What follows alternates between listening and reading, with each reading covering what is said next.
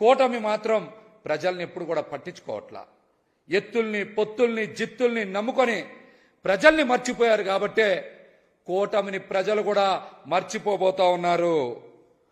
ఈ రాష్ట్రానికి రాబోయే 25 సంవత్సరాలు ముఖ్యమంత్రిగా జగన్మోహన్ రెడ్డి గారే ప్రజల ఆశీర్వాదంతో ఉండబోతా ఉన్నారనేటువంటి వాస్తవం కూటమికి తెలిసిపోయే ఇష్టం వచ్చినట్టు పిచ్చి పిచ్చి ప్రేలాపనలు పేలుతా ఉన్నారు వారందరూ కూడా.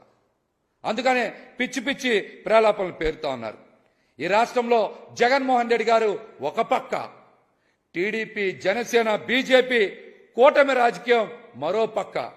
అందుకనే కూటమి రాజకీయాన్ని కొమ్మొక్క రాజకీయం అని ప్రజలందరూ కూడా అంటా ఉన్నారు. కూటమి రాజకీయాన్ని కొమ్మొక్క రాజకీయం అంటా ఉన్నారు అందరూ కూడా, ప్రజలందరూ కూడా.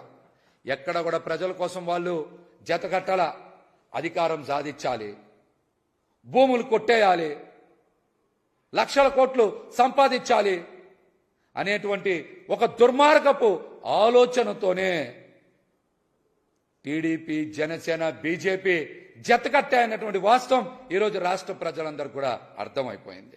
ఈ వీడియో కానీ మీకు నచ్చినట్లయితే లైక్, కామెంట్, షేర్ చేయండి. మరిన్ని అప్డేట్స్ కోసం సబ్స్క్రైబ్ చేయండి.